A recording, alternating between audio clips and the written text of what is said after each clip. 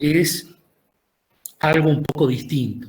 Y es algo para que lo piensen, y además de pensarlo, lo tienen que decidir básicamente ustedes en el transcurso de los próximos 3 días, no más de eso, 4 días. Voy a implementar la fecha, si bien en la planificación figura los días miércoles, desde allá les adelanto que no va a ser los días miércoles, porque tengo un problema de superposición de horario, así que los días miércoles no va a ser lo que puse en la planificación de los días viernes, de esa instancia opcional, optativa que ustedes tenían para que realicemos unos coloquios, o sea, más que una exposición, más que un desarrollo teórico como al ser esta clase, mi intención es desarrollar, o sea, dividir la cantidad de alumnos en 3 grupos más chicos, y que cada uno de los grupos, justamente la idea es achicarlo, que haya menos gente, para que pueda ser más dinámico, más realmente un coloquio, que es como lo que pretendo, ir tratando de analizar los temas desarrollados en la teoría en paralelo a los prácticos, de una manera, o sea, de tal manera de poder cerrar, o sea, ustedes el día miércoles tienen conmigo la teoría, el día jueves tienen los prácticos a la tarde, y vamos a ver si entre viernes, lunes, martes, en uno de esos 3 días, vamos a, yo preferiría realmente el martes a la mañana, es lo que más se me acomoda, digamos, o el martes a la tarde, si la tarde es temprano, o el lunes, bueno, ya tendríamos que ver y acostar, negociar un poquito el tema de los horarios.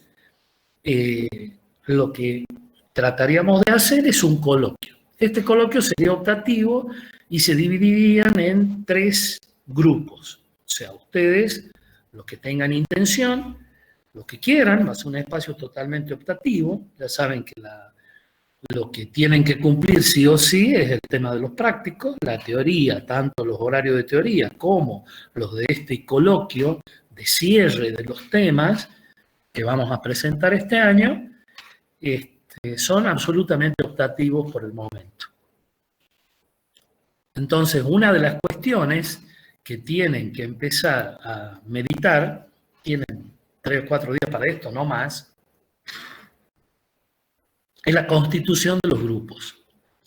En definitiva, yo voy a tratar de armar 3 grupos, tengo que ver cómo se hace, en definitiva, y si no los voy a armar yo directamente, y después se canjearán entre ustedes en los grupos. Vamos a armar 3 grupos entonces, con fechas determinadas, para el coloquio. La opción 1 es que ustedes seleccionen los grupos, la opción 2 es que yo directamente fije los días, que creo que voy a optar por eso, porque son ustedes demasiado, y el proceso de consulta me puede llevar mucho tiempo, así que muy probablemente cierre yo los grupos, y después por número directamente, y después ustedes, si a alguno no le viene el horario y quiere cambiar, bueno, canjee con otro de otro horario. Yo creo que vamos a terminar en esa opción, porque estoy viendo que ya van 87, con lo cual va a ser complicado un proceso individual de consulta. Bien, esto un poco en lo que iba a la materia. Las pautas de la materia siguen siendo las mismas, o sea, ustedes pueden, en definitiva, quedar en condición ausente si no cumplen las condiciones, obviamente, de la materia, pueden desaprobarla, o la instancia más favorable pueden quedar como regulares o promocionar la materia. Las condiciones para regularizar y o promocionar siguen siendo las mismas, o sea, el cumplimiento de los prácticos, evidentemente, por un lado, en primera medida. En segunda medida, que obviamente se considera, es el tema de las notas de los parciales. Ustedes van a tener 2 parciales y un único recuperatorio al final.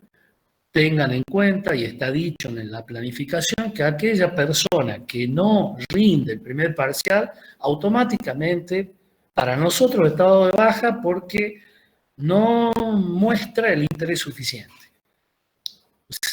Esto básicamente ha sido una resolución de mucho tiempo de la cátedra porque a lo largo de los años que hemos visto que hay gente que se anota y la va llevando a la materia como para ver qué pasa y al final abandona. Y una de las primeras indicaciones de este abandono es no rendir el primer parcial. Yo diría que es el primer gran filtro de aquellos que realmente tienen intenciones de continuar con la materia. El hecho de rendir el primer parcial, que es un poco el hecho de anunciarnos a nosotros en la cátedra que ustedes tienen la intencionalidad y aparte de eso se están preparando, están estudiando, lo están llevando, lo están haciendo. Así que tengan en claro esto, por favor. Vuelvo a insistir que rendir el primer parcial prácticamente sería de orden obligatorio, por decírselo de alguna manera. Bien, creo que por ahora, salvo alguna duda que surja y que en alguna clase me la pueden preguntar, creo que es más o menos lo que quería decirles respecto de la materia. Las estructuras que ustedes van a necesitar o las consultas que quieran realizar para el trabajo final, aquellos que vayan pensando en que lo quieren hacer, independientemente de una instancia para promocionar la materia, yo siempre lo recomiendo, no mucha gente lo hace, de armar el trabajo final antes, o sea, independientemente del resultado de los parciales, que es muy recomendable porque esto les permite ir trabajando en la idea del informe final con defensa que tienen en el trabajo final, si es que los resultados de los parciales son positivos para promocionar la materia, y esto les va dando tiempo para ir armándolo. Pero aparte de eso, los va ayudando a estructurar la materia, porque ustedes van aplicándola desde el primer momento. Esto es más o menos una intención. Los que deciden obviamente son ustedes. Yo lo único que puedo hacer es recomendarles algo. En general, a los inicios de la materia, muchos de ustedes la están siguiendo, otros están experimentando, están mirando, están siguiendo varias materias. El proceso de la toma de decisiones de con qué me quedo todavía está incompleto. Pero bueno, básicamente era esto lo que les quería decir. Por otro lado, decirles obviamente que les deseo que tengan mucha suerte, que nos puedan acompañar. Y aparte de esto, específicamente que sepan que estamos a disposición. O sea, cualquier consulta y demás se puede hacer. Si necesitan clases de apoyo, grupales específicamente también, lo único que tienen que hacer es, o sea, tenemos que pactar un momento para realizar una reunión, ya sea por este medio, por Zoom, por lo que fuera. Las opciones están abiertas y atendemos las distintas opciones. Obviamente, ¿qué es lo que nosotros impulsamos desde la materia? La formulación, la formación efectiva de grupos de trabajo. ¿Por qué? Por una razón muy sencilla. Materias de este tipo son materias, para ustedes, materias básicamente de un descubrimiento de una metodología, de una forma de trabajar diferente, porque empiezan las materias del ciclo profesional y son materias en las cuales los procesos de estudio, los procesos de discusión, los procesos de aprendizaje empiezan a cambiar. En esta materia particularmente, los procesos de discusión son necesarios para el estudio y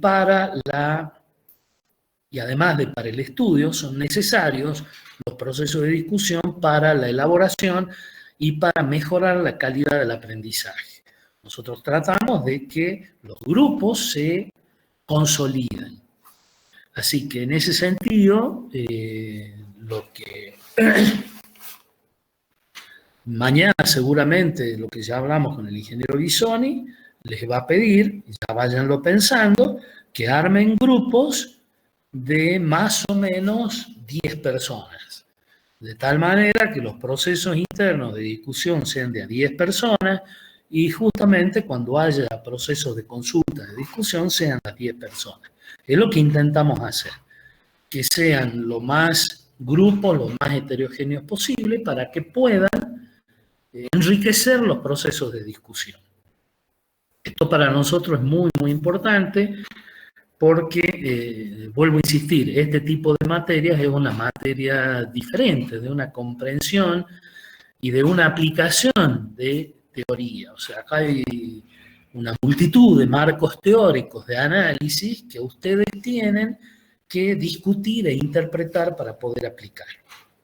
No se olviden que el objetivo final que ustedes tienen, uno de los grandes objetivos que tienen en esta materia, más allá de que los pueden leer a todos en el planeamiento, es que ustedes tengan la capacidad final, competencia, digamos, de poder analizar una empresa o bien formular el planeamiento de una empresa o bien trabajar como auditores en una empresa. Esto requiere que ustedes puedan tener la capacidad de mutar en distintos puntos de vista para hacer distintos tipos de análisis sobre los mismos marcos teóricos. Y reflexionen un poco por esto.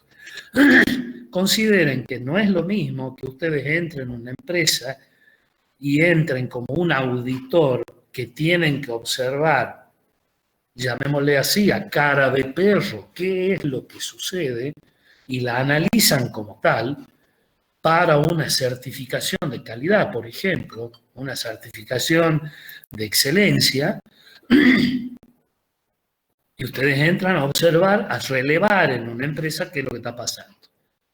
Y en el sentido opuesto, en el otro punto, ustedes están proyectando una empresa, se la están imaginando recién, y tienen que seguir todo un proceso de génesis, de construcción de lo que ustedes pretenden. Son dos puntos de vista radicalmente distintos. Y obviamente en el medio se encuentra la posición en la que ustedes trabajan o son dueños de una empresa y lo que están haciendo es tratar de mirar todos sus procesos para ver de qué manera sostienen en el tiempo una ventaja competitiva o la van generando, la van sosteniendo, la van manteniendo. Fíjense que en medio de estos tres puntos de vista tienen una inmensa variedad. Y ustedes deben de tener posibilidades de trabajar en función de estas variedades de puntos de vista sin ningún tipo de problema. Y administrar todos los marcos teóricos que hay en función de esto. El otro tema es los marcos teóricos pueden gustarnos o no gustarnos. Podemos aceptarlos o no aceptarlos. Lo que sí tenemos que tener muy claro son los fundamentos por los cuales hacemos algo. Nosotros en la cátedra tratamos de impulsar la administración de los marcos teóricos. Así que mientras trabajen con nosotros, recuerden eso. Cuando sean evaluados por la cátedra, en sus conocimientos, lo que nosotros vamos a evaluar es su conocimiento y administración de los marcos teóricos aplicados a casos concretos. Ya que la metodología adoptada por la cátedra se ancla específicamente, más allá de las lecturas, de las clases, de los prácticos y de todo lo demás, en el análisis concreto de casos. Y los casos seleccionados son tanto casos típicos internacionales que ustedes pueden conocer, como Benetton, Zara, Walmart, Coca-Cola, cosas grandes, Google, cosas grandes que uno realmente mira y dice, ¡oh, qué tremendo esta fábrica, estas empresas, estas organizaciones! Y las estudia y son las que vienen en todos los libros. Y nosotros tendemos, ya que en general, no digo que no sirva, ni Google, ni Benetton, ni demás, son riquísimas, son experiencias espectaculares, hay que seguirlas. Hay que entender que si yo quiero estudiar Walmart, un esquema muy parecido a lo que hace Walmart desde el punto de vista estratégico, administración de competencias, recursos y demás, obviamente en otro nivel, tenemos ejemplos aquí en la provincia de Jujuy, por decir, qué sé yo, Librería San Pablo, o Si quiero ver una empresa en la cual, que la van a usar ustedes, ahora justamente ese caso va a ser el caso matriz que vamos a seguir a lo largo de toda la cursada, básicamente. El caso de Picat, de Qualità y los Chanchos de Córdoba fue un caso con el cual me estrellé en unas vacaciones en el 2017 en Córdoba, me lo llevé puesto de frente, un julio en Córdoba, en un hotel. Mi mujer me acercó un diario diciendo, mirá, no te servirá esto. Cuando leí el caso, me enamoré del caso. Espectacular, está fantástico y además cortito, puesto en el diario, creo, no sé, creo que La Voz se llama, de Córdoba, lo recuperé de ahí. Y así fue transcripto en forma textual, claro, ahí no hay impacto, pero es un caso fantástico y estamos hablando de acá de Córdoba y del año 2017. O sea, estas cuestiones es lo que tratamos de incorporar sistemática y permanentemente. Porque además estamos en proceso de estudiar empresas de la zona a partir de los trabajos que ustedes hacen para aprobar esta materia o en el seguimiento de las prácticas profesionales supervisadas que van saliendo insumos para todo este tipo de cosas. Así que más o menos esto es lo que quería darles como primer vistazo cortito, bueno, no tan cortito, me llevó 20 minutos, de lo que vamos a intentar que sea la materia. Y cuáles van a ser los elementos que con los cuales ustedes van a tener que lidiar y trabajar. Así que específicamente, vuelvo a insistir, recuerden dos cosas. Análisis de casos, fundamental, y administración bastante rigurosa de los marcos teóricos, para poder entender lo que es el planeamiento estratégico en su conjunto, obviamente, planeamiento estratégico, planeamiento operativo, etcétera, etcétera, etcétera, y cómo se va aplicando y se va aproximando esto a una empresa para poder entenderla, para poder realmente administrar esto y ver la utilidad que puede tener dentro de la carrera de ustedes y dentro de lo que es la administración y gestión, la administración de las operaciones de una empresa. Bueno, dicho esto, voy a intentar compartir pantalla. Así empezamos ya directamente la reproducción de lo que es la primera clase teórica. Si hay alguna duda, alguna pregunta, algo que me quieran hacer, les concedo 6 minutos para hacerla. Y si no me hacen ninguna en el próximo minuto, empiezo la presentación. Cualquier duda, escucho.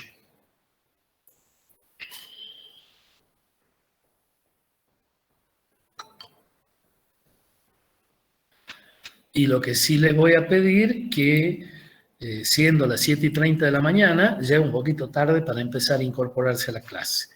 Yo normalmente soy puntual y requiero que todos lo sean. Así que les voy a pedir a todos los que han llegado después de las 7:05, que se acostumbren, al menos conmigo, a empezar a horario. Porque realmente que me aparezcan permanentemente cartelitos durante la presentación no es para nada agradable y tampoco es didáctico. Así que, por favor, ¿por qué interrumpe permanentemente? Así que también es un pedido que les quiero hacer. Acostúmbrense en cuando van a trabajar conmigo en cumplir los horarios. En la medida de lo posible, yo trato de cumplir todos los horarios en forma sistemática. Quisiera que hagan exactamente lo mismo por mí. Si cuando vamos a tener clases, cumplamos los horarios. Los horarios de inicio, tratemos de cumplirlo lo más cerradamente posible. Bien. ¿Alguna pregunta? Profe, buen día. ¿La presentación la va a dejar en el aula? La presentación. Normalmente las presentaciones no las dejo porque hemos descubierto a lo largo de los años en la cátedra que terminan utilizando los PowerPoint como material de estudio. No, así que lo que tienen es todo el material para estudiar, lo tienen ya disponible y si no lo van a tener esta tarde o mañana a la mañana, pero las presentaciones en lo habitual no las subo por esa razón. Sí van a tener los prácticos, van a tener toda la guía, pero las presentaciones trato de no tener, de no entregarlas. Vuelvo a insistir con esto. Listo, muchas gracias.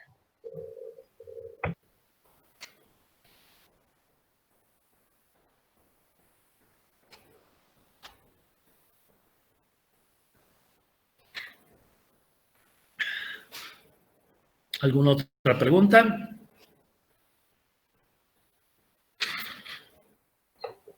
En el chat preguntan, profe, ¿a qué hora es la clase mañana? ¿Perdón? En el chat están preguntando a qué hora es la clase de mañana. La clase de mañana la va a confirmar el ingeniero Bisoni cuando les mande realmente el sitio, el link del sitio. En teoría se va a respetar, salvo alguna cuestión de fuerza mayor, se va a respetar lo que está puesto en el planeamiento de la materia, al cual ustedes tienen acceso en el aula virtual.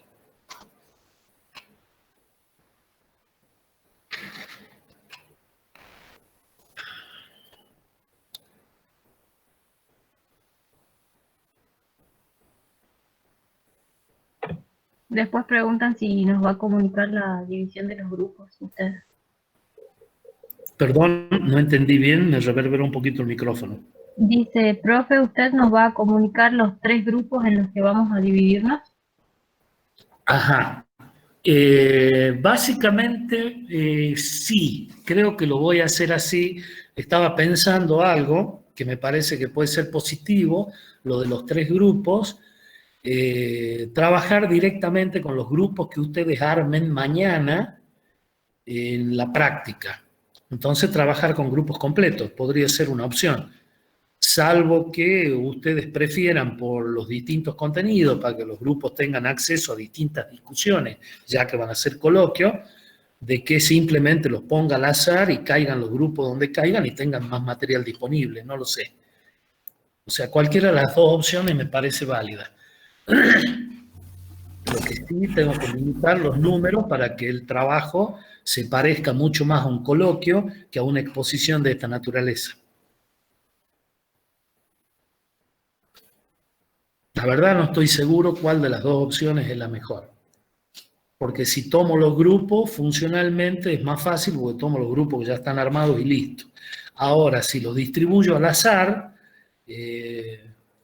ustedes van a tener posibilidades de acceder a distintos materiales que se discutan en los distintos coloquios, que nunca son exactamente los mismos. Porque el tipo de preguntas, la gente que participa, etcétera, son diferentes y esto enriquece las discusiones. Así que me parece que voy a optar por el azar directamente y voy a dividir los grupos en forma, o sea, voy a poner un número y voy a llenarlos directamente con los correos de ustedes y nada más. Creo que voy a optar por eso. Y después ustedes intercámbiense uno por uno avisándome. Bien, ¿qué más?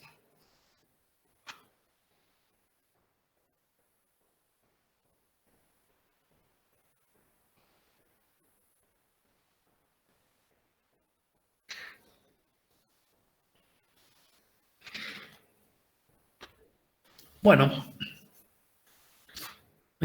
vamos a tratar de empezar a presentar. Digo tratar porque para mí es todo un tema. A ver, presentar ahora. Si no, les voy a tener que pedir ayuda.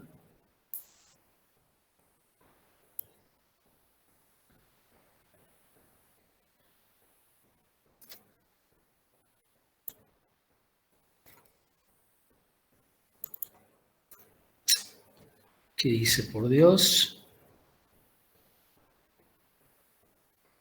Ahí estamos.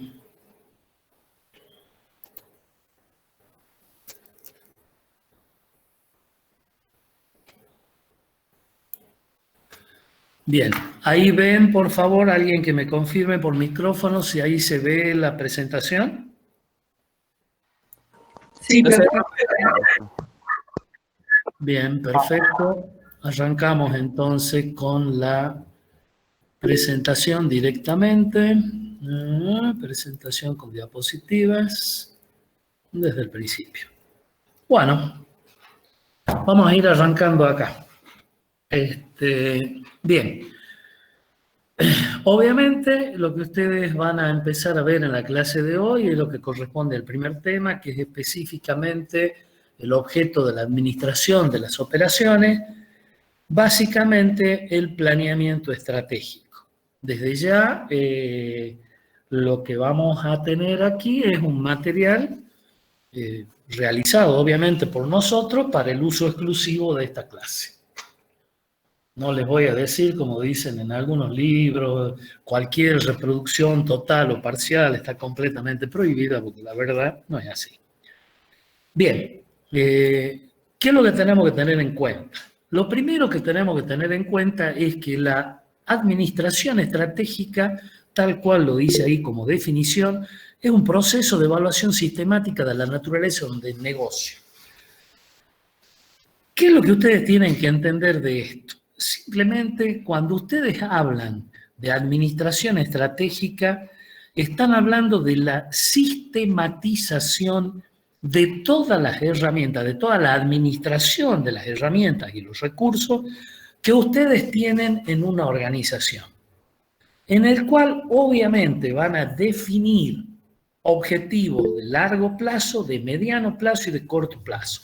Y ponen metas, objetivos, y cuando hablamos de objetivos y metas, necesariamente son cuantitativos o cualitativos de un tipo mensurable concretamente. Por ejemplo, un objetivo de este tipo sería de características on-off. Este año vamos a certificar ISO 26000.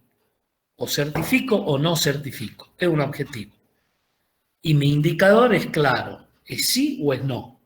Entonces, en esto, lo que ustedes tienen que entender cuando trabajan en una organización y van a analizar específicamente lo que esa organización hace, ustedes se van a anclar en las ideas clave que son la sistematización para la administración de los recursos. Recuerden que lo que ustedes hacen en la administración estratégica es una planificación en el tiempo en función de determinados objetivos estratégicos para lograr administrar los recursos que tienen, que son normalmente escasos, para llegar a esos objetivos y a esas metas. Y en esto uno tiene que ser realmente, por sobre todas las cosas, sistemático. Lo que ustedes tienen que entender que el planeamiento estratégico es, en términos generales, una carrera de resistencia, no una carrera de velocidad. ¿Cuáles son las bases realmente de la administración de operaciones? Se para en la estrategia corporativa.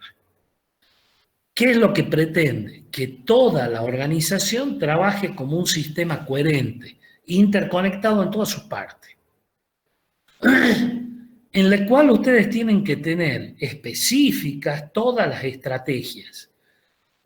¿Por qué las estrategias? Porque cada una de las funciones que ustedes tienen dentro de un sistema organización, todas las funciones de la organización, la función marketing, la función producción, la función recursos humanos, todas las funciones que ustedes tienen dentro de la orgánica de una organización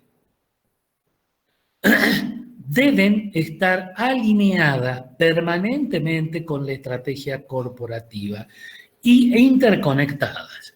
Piensen en términos del cuerpo, donde ustedes tienen los brazos, la cabeza, el pecho, la pierna. Todo sirve, todo aporta. Todo aporta a que el sistema orgánico, organizado, cuerpo, funcione como corresponde.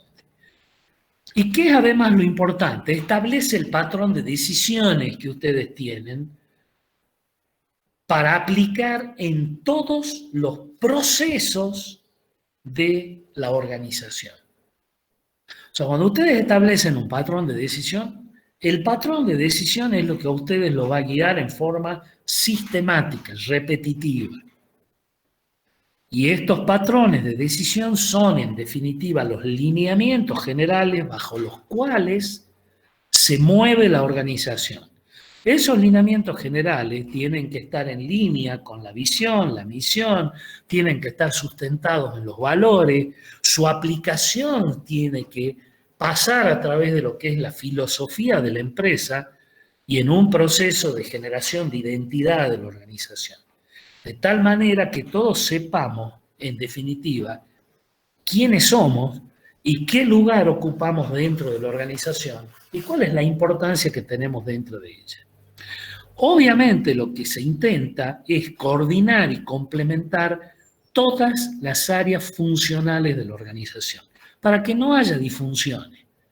Si ustedes están proponiendo que deben tener un servicio de determinadas características, obviamente el área de recursos humanos tiene que estar alineado con esto en los procesos de selección de personal, formación de personal, para poder tener los recursos humanos adecuados para las funciones que yo quiero tener.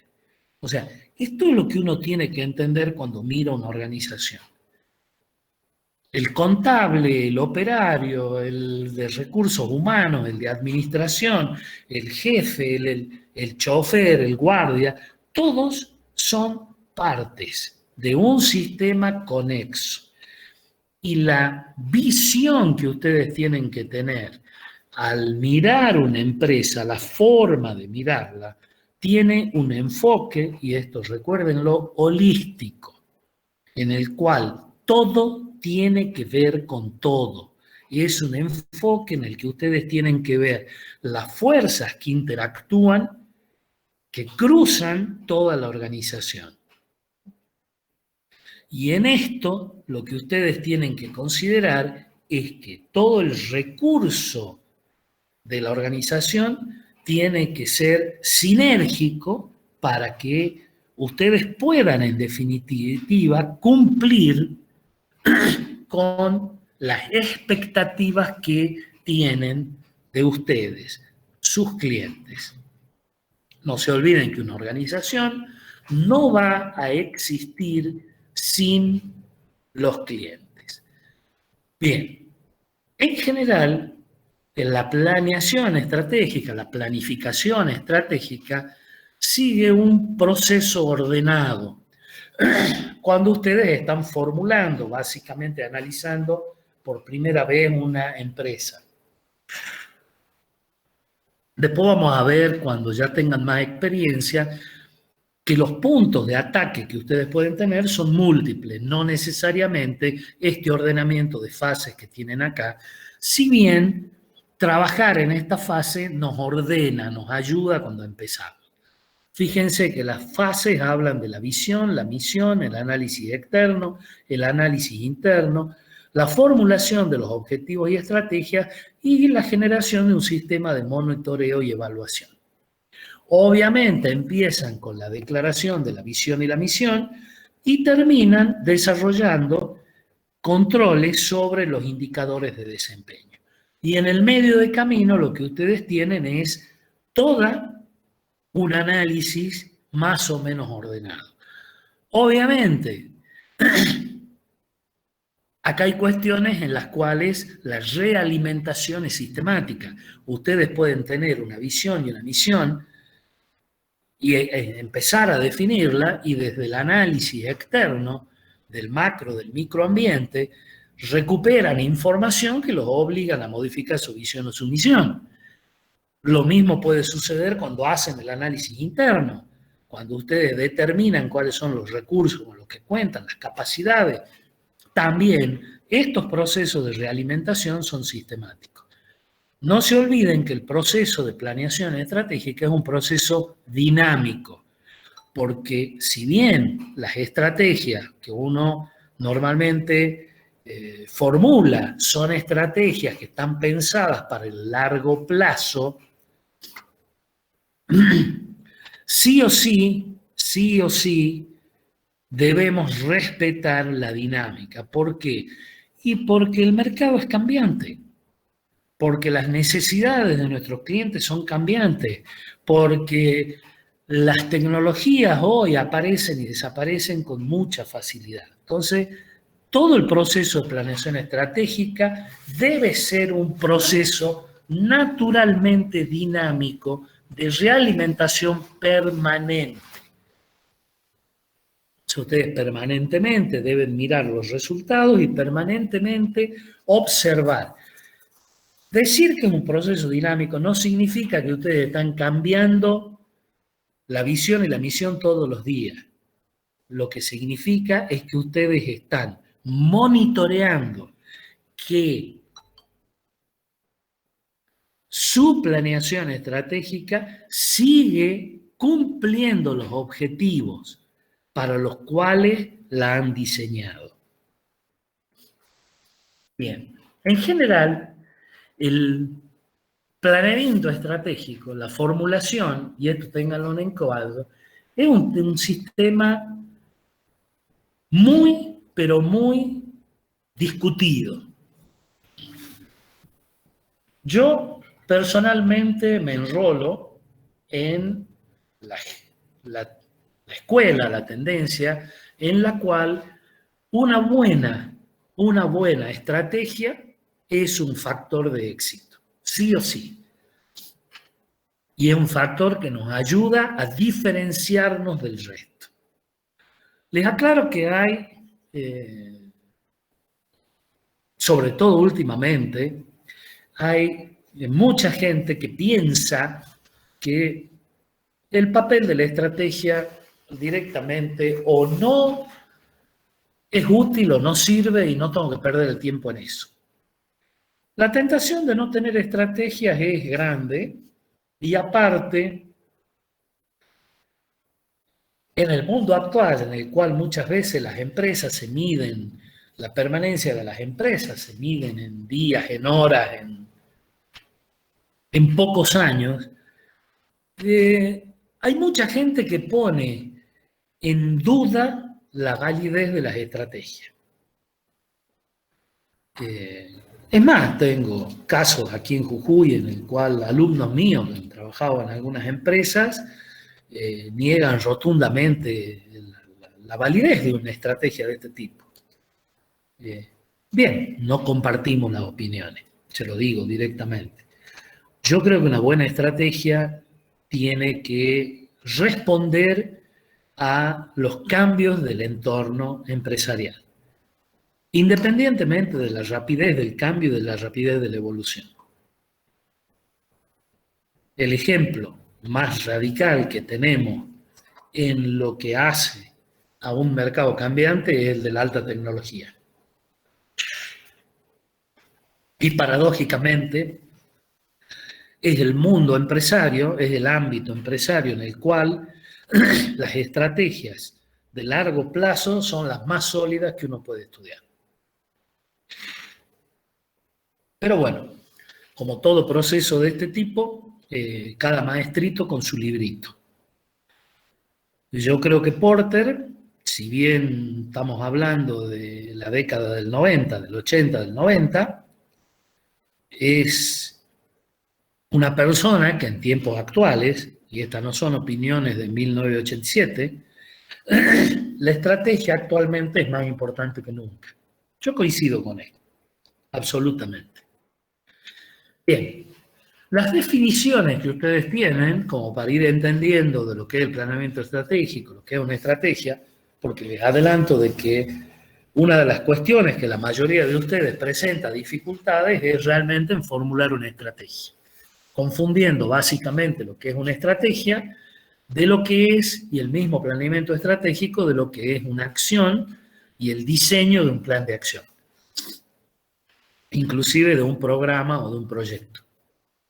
Bien, Porter lo que nos dice es que una estrategia es en definitiva una herramienta que les va a permitir la creación, y esto es textual, de una posición de mercado única y con contenido que incluye una serie de actividades empresariales diferenciadoras y consiste en realizar actividades comparables mejor que la competencia. Si ustedes se fijan, esta estrategia está centrada justamente en algo en lo que Porter pone especial atención, y es cómo genero una ventaja competitiva y la sostengo en el tiempo. Y él centra justamente este concepto en cómo se diferencia una empresa a través de sus actividades, cómo las hace distintos, mejor que la competencia. O sea, directamente apunta al accionar de la empresa, de la organización. Hay otros modelos de, básicamente, definiciones que se orientan diferente. Por ejemplo, la de Quinn de los años 80, que es una muy interesante, nos sistematiza de otra manera, nos pone desde otro punto de vista, pero básicamente con los mismos, yo diría, objetivos que nos plantea Porter para lo que es el diseño, el planeamiento estratégico. Fíjense que dice, una estrategia es el modelo plan que integra los principales objetivos, políticas y sucesión de acciones de una organización en un todo coherente. Una estrategia bien formulada ayuda a ordenar y asignar recursos de una organización de una forma singular y viable, basada en sus capacidades y carencias internas relativas en la anticipación a los cambios del entorno y las eventuales maniobras de los adversarios inteligentes. Fíjense que Quinn se centra en otra cuestión. Quinn se apoya más en lo que es la concepción de una empresa, en lo que es su funcionalidad, o sea, sus funciones, y cómo, en un sentido más fáctico, puedo ordenar y asignar recursos considerando que los mismos son finitos en un tiempo de necesidades infinitas y hacerlo mejor que mis adversarios. Considerando además que la dinámica del entorno, la dinámica competitiva del entorno inmediato, que esto es Porter básicamente, cómo me adecuo mejor y reacciono mejor y más rápido que mis adversarios. Y siempre considerando que todo mi lineamiento, todo mi planeamiento estratégico es un todo coherente. Fíjense que acá está más apuntado que a obtener una diferencia, una ventaja competitiva concreta, está más orientado a lo que es la administración de las operaciones. O sea, esta definición se orienta más a lo que es la administración concretamente de las operaciones de una organización. Andrews, por su parte, fíjense que habla de la estrategia como es el modelo de objetivos, propósitos o metas de las principales políticas y planes para alcanzarlo, planteado de tal manera que definen en qué negocio está o va a estar la compañía y qué clase de compañía que es o va a ser. Acá también vamos a una cuestión fáctica, no tanto hacia las funciones, orientado a las funciones de la empresa, sino en un sentido más efectivo. O sea, orientado al resultado. O sea, acá directamente díganme cuál es el negocio y yo lo que quiero son los resultados. Y cualquier estrategia que a mí me dé buenos resultados es positiva, es buena. Esto es una, digamos, una visión de la cual yo en lo personal no la comparto. Me parece que cuando uno sitúa la visión de una organización en algo fáctico, como una meta a cumplir, es como que abandona bastante el sentido de la eficiencia para llegar a lo que es la eficacia. Y la eficacia es una herramienta útil a corto plazo. Me sirve cuando yo tengo modelos reactivos. Pero en el largo plazo es una política que produce consecuencias negativas. Entonces, hay que pensar siempre en términos de la eficiencia. La eficacia está muy bien en el corto plazo. Pero la eficiencia es el modelo de más largo plazo, el modelo que sustenta el futuro. Bien, fíjense que otra de las ideas que tenemos es, y esto es importante cuando uno habla de estrategia, ¿por qué? Porque uno de los problemas graves que tenemos en el planeamiento estratégico es quedarnos en una excelente formulación de ideas y no bajarlo a la realidad. Entonces, esta filmina que tienen ustedes está básicamente armada para orientarlos sobre esos riesgos. Fíjense, la primera línea es el plan estratégico, un excelente ejercicio para trazar las líneas que marcarán el futuro de nuestra empresa. ¿Qué les está diciendo, muchachos? Un plan estratégico es algo fáctico. Es algo que ustedes tienen que realizar, tienen que ejecutar, pero tienen que ponerlo en práctica. Fíjense que Chesterton, que es viejo, realmente de los albores de la ingeniería industrial, fíjense la fecha, 1874-1936, estamos hablando de la revolución industrial, también obviamente producto de su época, pero es algo que uno nunca tiene que perder de vista, nos dice que la idea no trata de convertirse en palabra, es una mala idea, y la palabra que no trata de convertirse en acción es una mala palabra. ¿Qué estamos diciendo con esto? Las ideas están muy bien, las palabras están fantásticas, pero todo esto se tiene que traducir en una acción. Y para nosotros esta es la base del análisis de las empresas, porque cuando yo analizo una empresa, yo no analizo las ideas, no analizo la palabra, no analizo lo que me dicen. Lo que hago es mirar las acciones y el resultado de las acciones. Y en función de tener una foto de las acciones y del resultado de las acciones, recién entonces analizo las palabras para ver si están alineadas con las acciones que son el resultado operativo de lo que yo estoy viendo. Y una vez que esto está en conjunto, alineado, miro para arriba y veo si las ideas realmente son las que corresponden. Es muy común ver empresas en las cuales la formulación de la visión, la misión, los valores y todo lo demás van por un lado y las acciones van por el otro. Y terminan siendo empresas contracturadas que no van a funcionar adecuadamente. Bien, por el otro lado, las cuestiones que son fácticas.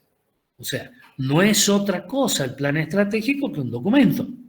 Es un documento que sintetiza lo que ustedes quieren hacer, lo que ustedes son hoy y lo que ustedes quieren ser en el futuro y cómo van a llegar ahí. Porque en definitiva es eso, es una hoja de ruta. Un plan estratégico no es otra cosa que una hoja de ruta que ustedes lo tienen que llevar del presente al futuro. Obviamente, el presente es real, es hoy, es lo que soy, y el futuro es mi visión, es lo que yo quiero ser. Y ese plan estratégico no es otra cosa que una hoja de ruta que me tiene que llevar del estado actual al estado futuro deseado. Y esto, ténganlo en cuenta. ¿Por qué? Porque dentro de esa definición lo que ustedes van a tener son específicamente definiciones de qué es lo que estamos haciendo y de cómo lo estamos haciendo. Vuelvo a insistir, es una hoja de ruta. Ustedes ven el hoy, para lo cual, ¿qué les está diciendo? Que su definición del momento actual tiene que ser muy bien ejecutada, descarnadamente ejecutada. Y en función de esos resultados, ustedes van a construir el edificio del futuro. Si las bases del edificio que ustedes construyeron hoy no son perfectas, van a tener problemas. Yo creo que una muy buena definición del planeamiento estratégico es esta que les he escrito acá, aportada por Dess y Lampkin en el año 2003, que dice específicamente, entendemos por plan estratégico el conjunto, fíjense, de análisis, decisiones y acciones que una organización lleva a cabo para crear y mantener ventajas comparativas sostenibles a lo largo del tiempo. Fíjense que acá Lampkin, Dess y Lampkin, cambian un poquito el término de ventaja competitiva por comparativa sostenible. En el cambio que ha habido en los últimos tiempos, sobre todo por la dinámica de los negocios, los brutales cambios que existen, y lo pueden ver en la era de información, lo que hoy es un teléfono, mañana ya es algo inservible, ya lo superamos y es una foto del cambio permanente. Ustedes imagínense que la computadora de control de proceso que teníamos en Altos Hornos Zapla en el año 82, 83, que era la última generación en su momento para los convertidores OBM, que son los reactores abiertos, en definitiva, que era la última palabra, era una Digital PDP-11 que tenía 2 megas de memoria. Ustedes hoy en el teléfono tienen muchas veces la memoria que tenía esa computadora, y era la computadora de control de proceso. En términos relativos estamos hablando de hace 40 años. Siempre les hablo a mis alumnos de la anécdota del día que me recibí. El día que me recibí pasé por la telefónica, que en ese momento para llamar por teléfono había que pedir. Pedí la llamada por teléfono a la casa de mi tía, y cuando me preguntan el número le dije que el teléfono al cual tenían que llamar, el número era 2348. Fíjense lo que les estoy diciendo, 2348. Ese era el número de teléfono. ¿Qué implica eso? Había menos de 10.000 teléfonos en Jujuy. Primer punto. Segundo punto, pedí la llamada cuando terminé de rendir a las más o menos 7:30 de la tarde, rogándole que se apurara porque tenía la fiesta del recibido de esa misma noche. Nos habíamos recibido ese turno de examen, 6 compañeros u 8 compañeros, no recuerdo exactamente, y habíamos armado toda una fiesta fantástica en un boliche y demás. De pasada a mi casa, cuando me iba caminando para bañarme, cambiarme, acondicionarme para la fiesta, descansar un poco, pasar el estrés del examen, etcétera, etcétera, paso por la telefónica y le digo, bueno, justamente, la respuesta de la telefonista, en esa época teníamos telefonista todavía, fue, tenés una demora promedio de, hoy está fantástico, tenés una demora promedio de 4 horas. Le expliqué por qué quería la llamada, obviamente lloré la carta, avisarle a mi familia que me había recibido, etcétera, etcétera, etcétera. Me fui, me bañé, me cambié, más o menos a eso de las 11 de la noche, pasada las 11, 12 de la noche, llego a justamente a ver la llamada, qué resultado tenía mi llamada telefónica, y me recibe la misma señora, y lo primero que me dice es, ya estoy en Güemes, y en este momento estoy consiguiendo pasar al Carmen. Estamos hablando de teléfono de clavija. Iban empalmando líneas para poder tener la conexión. Y lo primero que me pregunta es, ¿conoces a alguien en el Carmen para que me agilicen la llamada? Y inmediatamente, sí, mi tía es de ahí, justamente el teléfono al que queremos llamar es de una persona que es del Carmen, aunque vive en Jujuy, seguro que la conocen. Bueno, se llama fulana de tal, qué sé yo, qué sé cuánto, bien, inmediatamente se pone a hablar, no me acuerdo el nombre de la otra telefonista, mirá, fíjate, tengo un caso especial, haceme el favor, patatín patatero, es de un chico fulano de tal, sobrino de fulana. Imagínense todo esto, me consiguen la llamada, me atiende mi tía, obviamente eran como las 11 de la noche, se levanta la cama, soñolienta. Bueno, todo el contenido del mensaje, tía, me recibí. En esa época mi madre estaba muy enferma. Por favor, avísenle a mamá que me recibí. Y vean cómo van a hacer para decirle para que no se emocione, ni mucho menos. Gracias, tía, chao. Se terminó la comunicación. Esa comunicación de 2 minutos por la que tuve que esperar 4 horas me costó un ojo de la cara. Fíjense en esto y piensen hoy en lo que ustedes disponen en términos de comunicación, en términos de tecnologías de la información. Cuando a mí me tenían que mandar un giro, me mandaron un giro, hacían la transferencia en el banco, a mí me mandaron el papelito y tenía que esperar una semana hasta que me llegaba el giro, iba al banco para cobrarlo. Y a veces no había llegado la comunicación. Piensen hoy cómo hacen ustedes una transferencia bancaria. Les lleva segundos. Esto es lo que tenemos que tener en cuenta. El cambio del mundo en el tiempo ha llevado a que ya dejemos de pensar tanto en ventajas competitivas como tales que pensábamos en la época en la que básicamente yo me crié, que si el producto era excelente, teníamos una ventaja competitiva.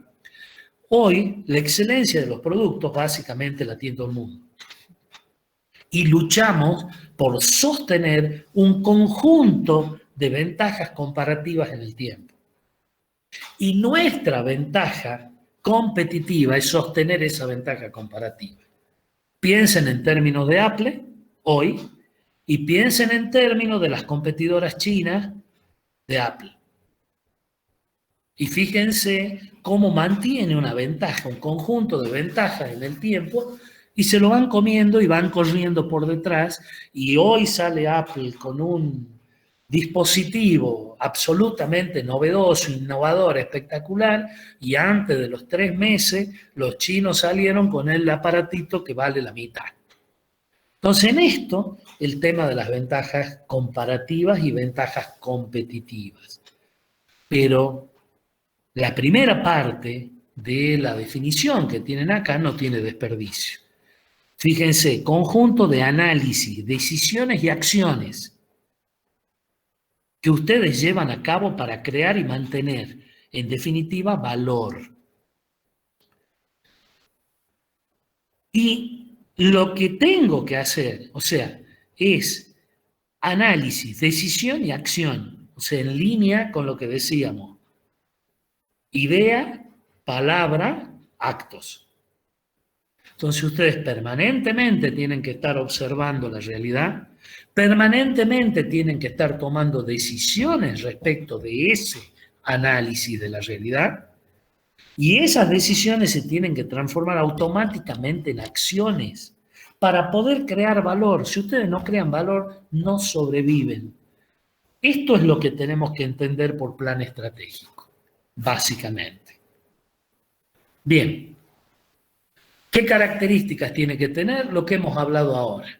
Pensar de forma sistemática en el futuro, identificar los cambios y desarrollos que se pueden esperar, esto forma parte del análisis, aumentar la preparación y predisposición de la empresa. Si ustedes tienen una mecánica sistemática de análisis, toma de decisiones, o sea, permanentemente están analizando, tomando decisiones y actuando, la sinergia, la predisposición, la preparación de la empresa para el cambio es inmejorable. Obviamente, si todo el mundo sabe lo que tiene que hacer y está acostumbrado a una dinámica de esa naturaleza, toda la coordinación de las actividades a lo largo y ancho de la empresa son fantásticas. Y una cosa importante, minimiza las respuestas no racionales a los eventos inesperados. Cuando ustedes permanentemente analizan, permanentemente deciden, permanentemente actúan, el lugar para las respuestas no racionales, cuando se asustan, como por ejemplo cuando a alguien le salen del ascensor y alguien le dice ¡buh! Y pegan un salto para atrás, esas cosas básicamente no suceden. Y el ámbito para que sucedan es mínimo. Obviamente, si ustedes tienen esto muy claro, los conflictos dentro de una empresa se minimizan. Obviamente va a mejorar la comunicación, los recursos que ustedes tienen van a poder ser aplicados mucho mejor en función de la creación de valor, pero además tienen un marco institucional que les permite revisar permanentemente las actividades. Y obviamente, ¿qué es lo que significa esto? Un enfoque sistemático, donde ustedes siempre hacen, una vez que decidieron y tomaron la decisión a partir de un análisis inteligente, siempre hacen lo mismo. O sea, la sistematización de las acciones es, en definitiva, la llave para la creación de valor y la llave para la innovación, la llave para el análisis de una empresa.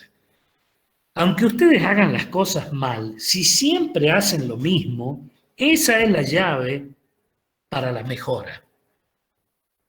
Como lo dijo Einstein, si siempre hacen lo mismo, no pretenden que los resultados sean diferentes. Exactamente es así.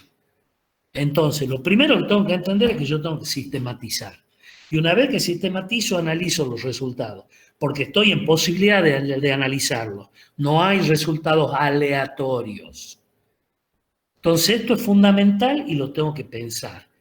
Entonces, la sistematización de la actuación, de la actividad de la empresa, es el ladrillo fundamental en la creación de valor. Bien. El planeamiento estratégico lo podemos resumir en esta filmina que tienen acá. Como ven, nace la formulación, del análisis, van a la formulación y a la implantación, tal cual lo dijimos ahora, tal cual lo estuvimos viendo. O sea, palabras, ideas, palabras, acción. O sea, ideas, análisis, formulación, implantación. Obviamente, son fases, ustedes van a tener distintas fases o metas que tienen que cumplir en cada una de las etapas que van tomando. Obviamente lo que ustedes tienen que hacer primero es toda la fase que tiene que resumir en qué modelo de negocios están, cuál es la visión, misión y valores de la empresa para poder esquematizar un plan. Para hacer esto adecuadamente, lo que ustedes tienen que hacer es un análisis tanto del entorno inmediato, el microentorno como el macroentorno, y el análisis interno para poder realimentar esa visión, misión y valores para darle la forma más adecuada.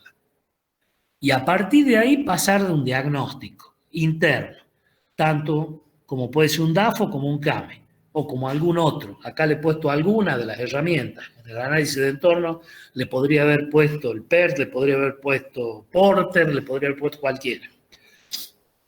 Las herramientas que tienen son muchas. No se ciñan a las herramientas van y vienen en la formulación del planeamiento estratégico.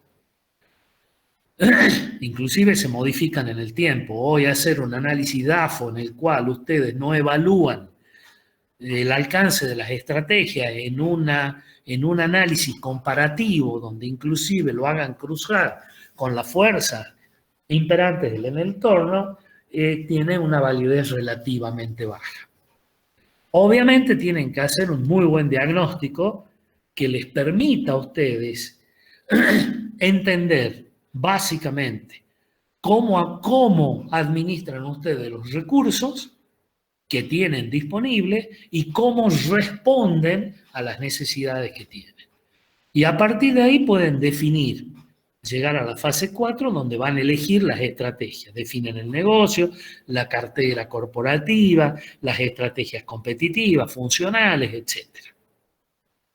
Y después, obviamente, como dicen, vamos a lo IFE, o sea, vamos a la acción. Yo quiero el diseño de la organización para que esté acorde a lo que estoy pensando y quiero ver los planes de acción. Pero obviamente en la selección de estrategias, alineado con la visión, misión y valores, lo primero que hicieron y determinaron ese modelo de negocio, lo que ustedes hicieron es determinar para cada una de las funciones de la empresa y para la organización en su conjunto los patrones de decisión con los cuales se van a manejar. Y recuerden esto, los patrones de decisión que están originados justamente en la empresa, que forman parte de su visión, misión, valores, modelo de negocio, esos patrones de decisión son los que menos cambian dentro de una empresa. Lo que sí cambia en una empresa son los diseños que ustedes hacen operativos. Los diseños operativos, los planes de acción, los programas, los proyectos, eso es lo que cambia. Un proyecto puede resultarme positivo o negativo. Una acción puede estar bien o puede estar mal. Me puede salir bien o me puede salir mal. Hay una serie de coyunturas, de cuestiones que puedo hasta haber ignorado y no tenido en cuenta, porque mi análisis o mi entorno se modificó y una acción no salió como estaba planeada. Fantástico, que una acción no salga como estaba planeada no significa que la orientación general de la empresa sea errónea.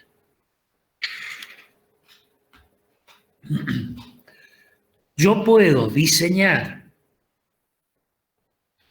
una estrategia, o sea, definir como patrón de decisión de mi empresa la selección de personal como un hecho fundamental para lo que es mi desarrollo de recursos humanos. O sea, mi política de desarrollo de recursos humanos, dentro de una de sus pilares fundamentales está la selección de personal. Fantástico. Ahora, el proceso de selección de personal que está llevando a cabo mi área de recursos humanos no está incluyendo, por ejemplo, el análisis del entorno social, sociológico de la persona que está entrando, y realmente estoy haciendo entrar personas que no comparten absolutamente de forma completa las metas que nosotros tenemos, y en el funcionamiento de la empresa se sienten hasta un poco alienados. No me sirve. ¿Eso qué significa? Que tengo que tirar a la basura la definición de que yo necesito dentro de mi empresa como hecho fundamental un proceso de selección, o simplemente tengo que tocarle la espalda a la persona de recursos humanos y decirle, che, te estás equivocando. Acá tenemos que incorporar este tipo de elementos de evaluación para que el resultado de la selección de personal sea la que yo espero. Entonces, esto hay que diferenciarlo. Una acción me puede fallar, un plan me puede fallar. Lo que sí tengo que tener en claro, a dónde voy. Bien.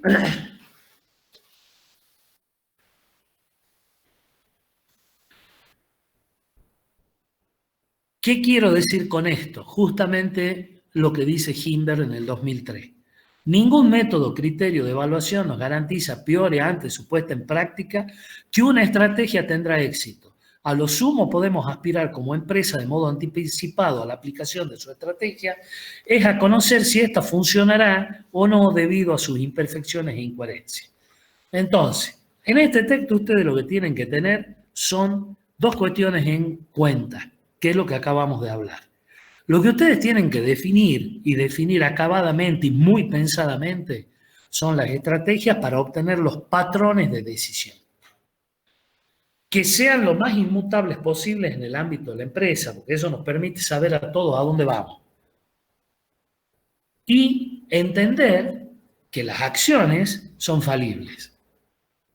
Y a partir de ahí, en ese juego, definición de un patrón de decisión y curso de acción, la falibilidad es lo que yo tengo que combatir.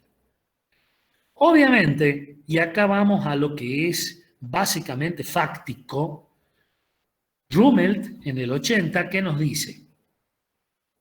La estrategia tiene que tener básicamente un filtro de ventaja competitiva. Tiene que tener un filtro de adaptabilidad y de consonancia con el entorno. Tiene que tener un filtro de consistencia y tiene que tener un filtro de factibilidad. ¿Qué significa esto?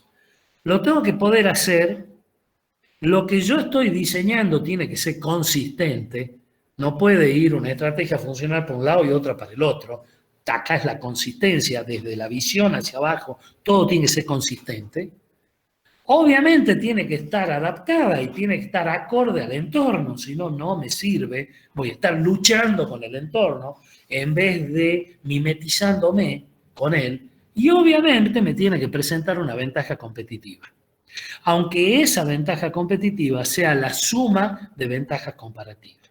Entonces, tiene que ser factible, tiene que ser consistente, tiene que estar acorde al entorno y me tiene que dar la posibilidad de generar valor competitivamente con respecto a mis competidores. Esto es básicamente lo que ustedes tienen que conocer. Bien, para lograr todo esto que estamos diciendo, y hasta acá hemos ido de definición en definición para aclarar los conceptos de lo que es el planeamiento estratégico y cómo tenemos que manejar las cuestiones estratégicas en una empresa, tenemos que mirar este triangulito que básicamente nos muestra cómo tenemos que mirar y basar una empresa. Fíjense que inclusive esto que estamos haciendo parece una punta de flecha. Cuando nosotros generamos una empresa, empezamos por arriba. Empezamos por saber qué queremos ser, o sea, por la visión. A partir de ahí diseñamos una misión, que en definitiva nos dice por qué, para qué. Después decimos bien, pero en la vida nos movemos con valores y tengo que estar acorde a mis valores. Yo no puedo tener como visión asesinar gente si tengo los valores de la fe cristiana. No hay consonancia, es una misión que yo no puedo llevar a cabo. De la misma manera, si mi visión es ser una excelentísima persona y la misión es asesinar gente y los valores son los valores cristianos, hay algo que no está alineado. O sea, hay algo que no sirve, que no está. Esto es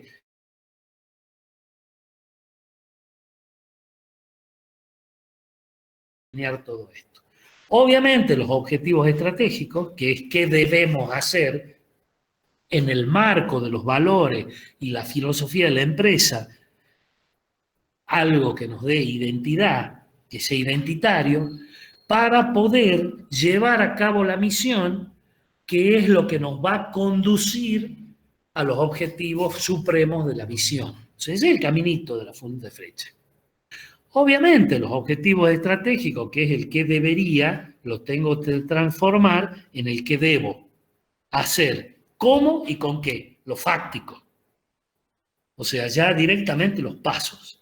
Entonces, fíjense que cuando ustedes analizan, cuando ustedes arman una empresa van de arriba hacia abajo. Cuando ustedes analizan una empresa van de abajo hacia arriba.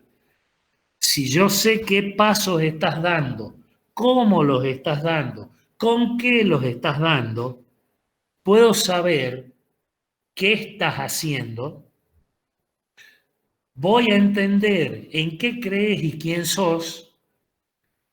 A partir de ahí podré saber por qué y para qué estás y debería entender qué querés ser. Y ese es el proceso que ustedes hacen, ese proceso inverso, cuando quieren conocer una empresa. Lo que ustedes evalúan es lo fáctico. ¿Y con qué lo comparan? Con lo otro.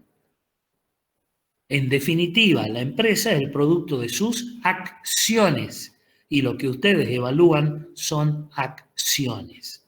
A partir de ahí, a partir de las acciones y del resultado de las acciones, lo que ustedes pueden es evaluar cómo están funcionando la organización en su conjunto y cómo se han alineado.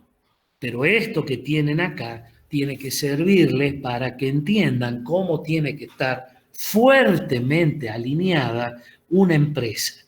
Si bien los análisis, les repito, son holísticos, todo tiene que ver con todo, siempre hay un ordenamiento inherente en la empresa.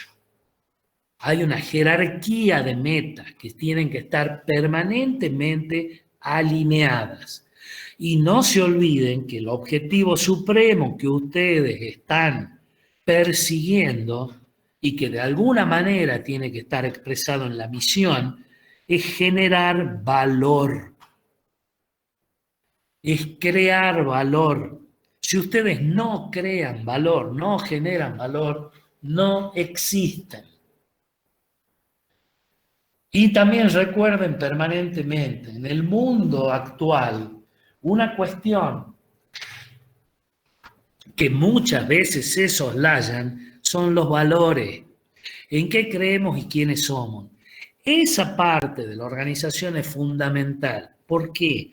Porque ahí es donde se asientan las personas y no hay organizaciones que no trabajen con gente, que son los actores y los cultores fundamentales de un sistema de esta naturaleza.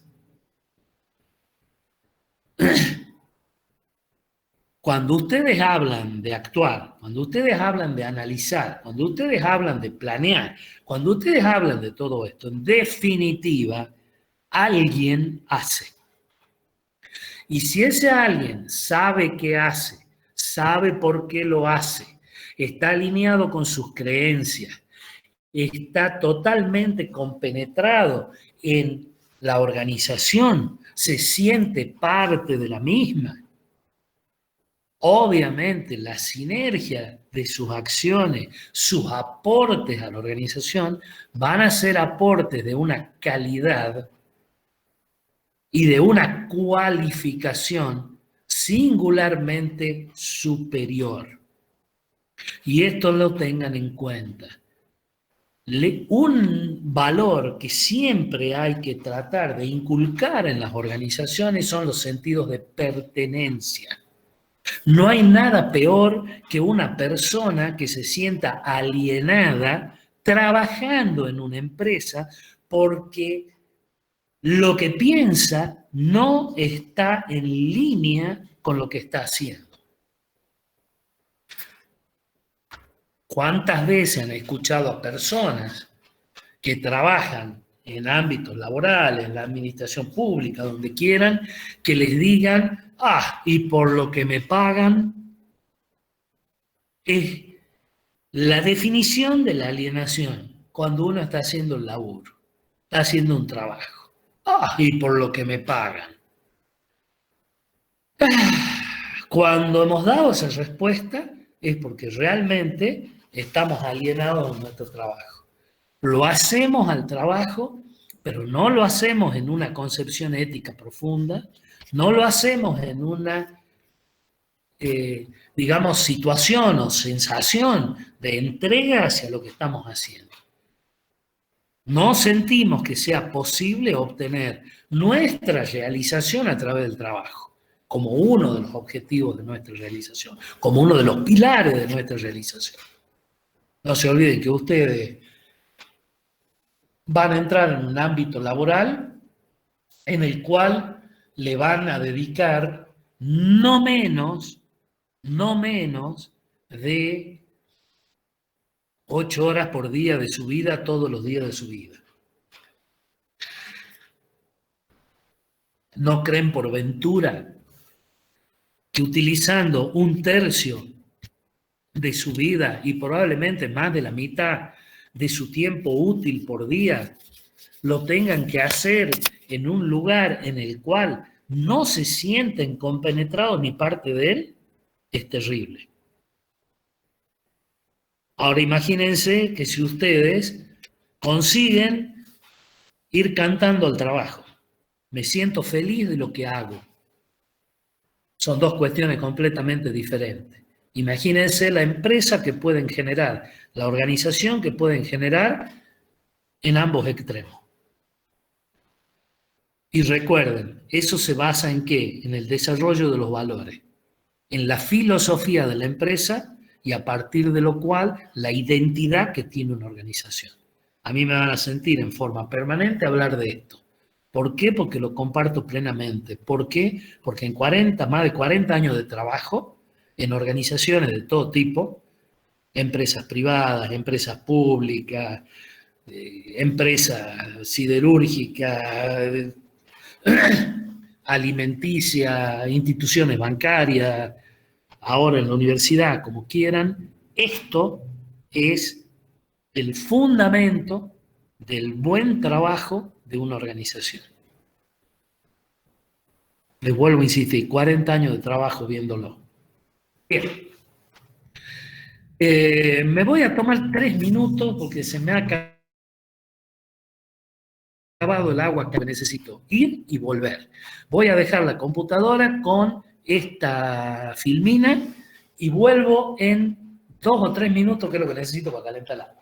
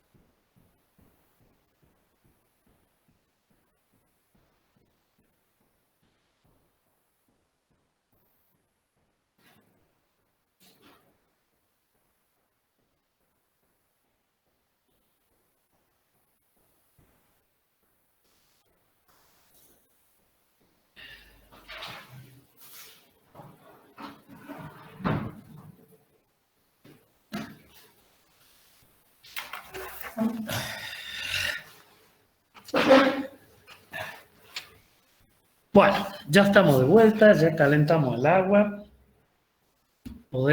tenemos el mate, podemos seguir. Bien, bueno, vamos bien con el tiempo. Espero que podamos terminar antes de la hora prevista, así aquellos que quieran discutir un poquito estos temas, lo volvemos a hacer. Bien. Y acá un poquito presten atención a esto que estamos haciendo porque forma parte del cuerpo del práctico número 1. Específicamente, ustedes van a tener en el práctico número 1 un caso de una empresa, este que les decía, de Picat, de los chanchitos, que es un caso que amo, realmente me parece espectacular, muy completo, muy, muy completo, y a fines didácticos es una belleza.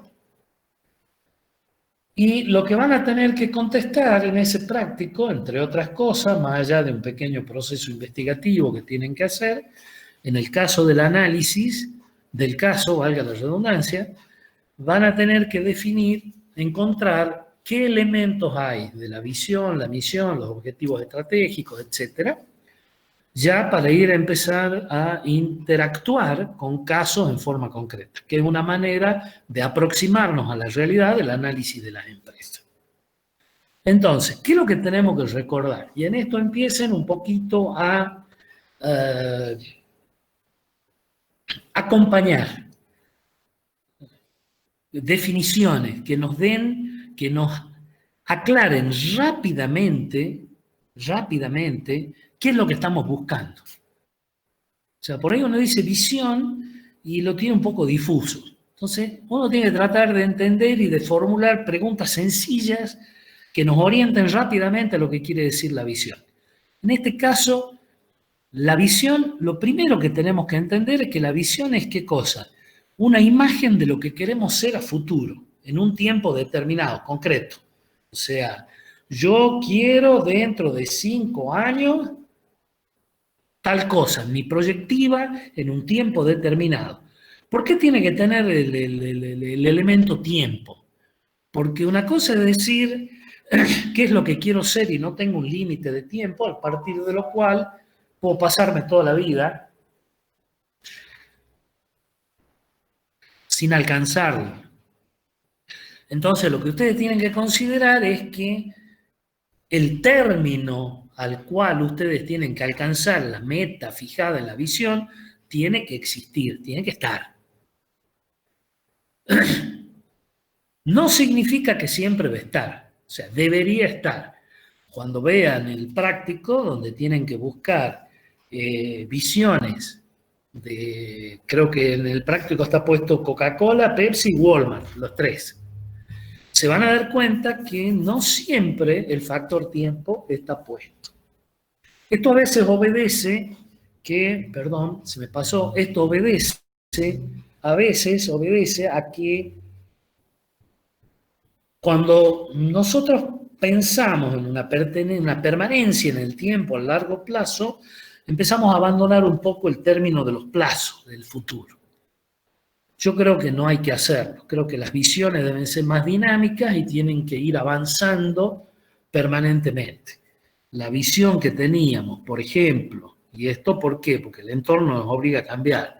La visión que teníamos sobre el impacto ambiental de las empresas hace 40 años no es el mismo de hace 20, ni hace 10, ni hace 5, ni hoy. La importancia que le dábamos al entorno social no era el mismo en los años 80 que hoy. O sea, esto es lo que uno tiene que tener en cuenta y se tiene que ir adecuando permanentemente a la realidad, lo cual hace que la visión, si bien en sus elementos fundamentales puede permanecer en el tiempo, siempre requiere retoques para adecuaciones, digamos, a los cambios del entorno. Pero obviamente, yendo a lo concreto, la visión tiene que responder a la pregunta ¿qué queremos ser? En otras palabras, es una declaración que a ustedes los pone en el futuro. O sea, yo quiero ser de esta manera en tanto tiempo. Obviamente, la visión tiene que ser lo suficientemente abarcativa para englobar todos los objetivos que ustedes piensan. Imagínense en el caso, qué sé yo, de alguno de ustedes. Mi visión es algo más bien fáctico, recibirme de ingeniero dentro de 3 años. Y ahí englobamos todos los objetivos y ya tenés el plazo. Y es a relativamente largo plazo, 3 años o 4 años. Quiero ser ingeniero. Bien. Tenemos una visión sobre algo que quiero ser. Ahora, fíjense que ese objetivo que ustedes me están planteando incorpora un montón de otros objetivos que ya hacen a empezar a tratar de entender cómo llego hasta ahí. Entonces, esto es cuando ustedes tienen que tener en cuenta de que, en general, una visión no puede ser medida con un indicador específico. O sea, ¿ustedes qué van a decir hoy? A ver, yo en 3 años, ¿podemos fabricar un indicador? Sí, podemos fabricar. ¿Cuál es la validez de ese indicador? Y es complicadito, no es tan sencillo. ¿Por qué?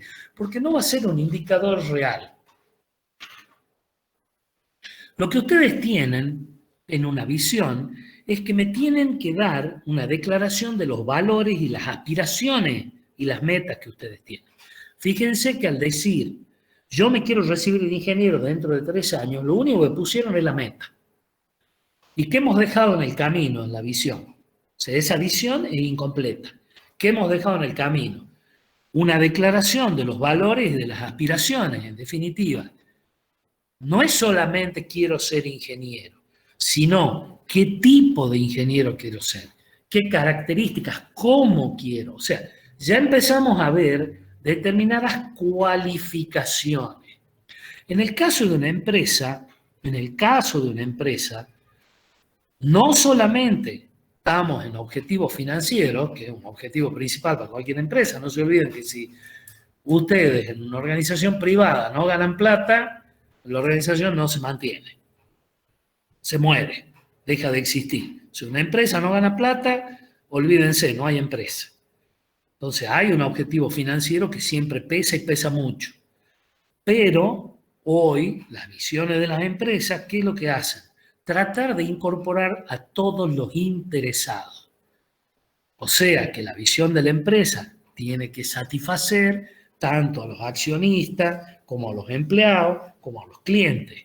Si yo no tengo quien ponga la plata, no hay empresa. Si yo no tengo gente que trabaja, no hay empresa. Si yo no tengo clientes, no hay empresa. Si el entorno social se opone, no hay empresa. Entonces, ya acá es en definitiva, la expresión de una visión es un proceso de negociación en el cual tengo que incorporar a todos los interesados.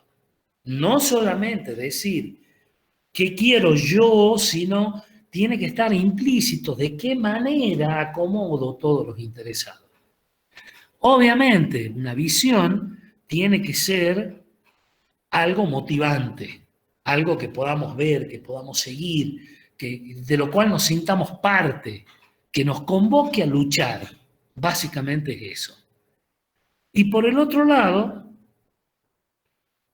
ser conscientes que el principal sostenedor de una visión, tan es así que es el principal sostenedor de la visión, tan es así que debemos, cuando auditamos, lo primero que tenemos que hacer, y lo primero que hacemos en realidad en todo sistema de auditoría, es evaluar el nivel de compromiso de la dirección. Entonces, un papel central de un líder es justamente los esfuerzos que pone en cómo colabora, cuál es su papel dentro de lo que es el desarrollo de la visión. Y esto es fundamental. Cuando ustedes ven un sistema de auditoría, por ejemplo, los sistemas de auditoría que van a ver más adelante, basados en lo que es el modelo de excelencia del Premio Nacional de la Calidad o el Nelson Baker, algunos otros de los sistemas de excelencia, de evaluación de excelencia que tenemos en todo el mundo, uno de los primeros puntales que ustedes evalúan es directamente el papel del líder, o sea, cuál es el compromiso de la dirección dentro del desarrollo y la implantación de la visión, la misión y demás. Ustedes pueden decir, yo quiero llegar a la luna, fantástico, pero cuando vamos a ver lo que se están haciendo, los medios para llegar a la luna no están disponibles. Entonces, ¿qué correlato hay? No hay ningún correlato. Y aquí es donde se empiezan a producir las cuestiones que nos sacan de lo que son los patrones de decisión, los lineamientos que tienen que atravesar toda la empresa. Obviamente, el tema que sigue, como habíamos visto en la torrecita, es la misión. La misión ya empieza a transformarse en una cuestión fáctica, ya es una declaración específica, ya deja de ser una imagen que proyectamos en un futuro, que nos guía, que nos convoca, para empezar a decir fácticamente hoy cómo llegamos ahí. O sea, empieza ya a responder a preguntas distintas. Las preguntas como ¿cómo lo hacemos? O sea, ¿cómo desarrollamos esto? O sea, los lineamientos ya en la misión tienen que estar. Fíjense que en el momento en el que decimos por qué existimos, en qué negocio y cómo lo desarrollamos, lo que ustedes me están planteando es el primer objetivo fundamental, estratégico que tiene una organización, que es cumplir su misión. O sea, ¿por qué? ¿Para qué existo? Bien. ¿En qué negocio estoy actuando? Bien. ¿Cómo lo voy a desarrollar? Los lineamientos generales. Fíjense que en la visión me da una orientación general y la misión me da el contexto fáctico en el cual ustedes van a generar, a partir del cual van a empezar a generar los patrones de decisión. Obviamente, cuando ustedes me están aplicando la misión, me están preguntando en qué negocios, por qué existen, cómo, la base de su creación de valor está dada ahí. O sea, ustedes tienen que entender que en la misión tiene que estar la base de su creación de valor. O sea, ¿por qué son competitivos? ¿Y cuál es la ventaja competitiva que a ustedes los sitúa favorablemente frente a sus competidores en el mercado? Obviamente ya empezamos a pensar más específicamente en los medios a través de los cuales ustedes van a actuar. Todavía son generales, pero ya los empezamos a alinear. Ya no son expresiones de deseo. Ya empezamos a entender que la empresa es un conjunto, la organización es un conjunto, en definitiva, de recursos que yo tengo que ordenar y administrar para poder conseguir esa ventaja competitiva, para poder generar valor. O sea, ya empiezo a pensar en los medios, en los recursos. Obviamente la misión, a nosotros en la visión hablábamos de los interesados, sí, bien, aquí, ¿qué es lo que tengo que hacer? Ya lo tengo que focalizar, ya tengo que empezar a pensar claramente cómo voy a gestionar los grupos de interés. Naturalmente, la misión nos va a dar una noción de por qué somos lo que somos. O sea, en ese sentido, la misión, una buena misión, debería comunicarnos por qué somos distintos, por qué somos especiales, qué nos diferencia del resto. Vuelvo a insistir, ¿cuál es la base de nuestra competencia? ¿Cuál es la base de nuestra ventaja competitiva?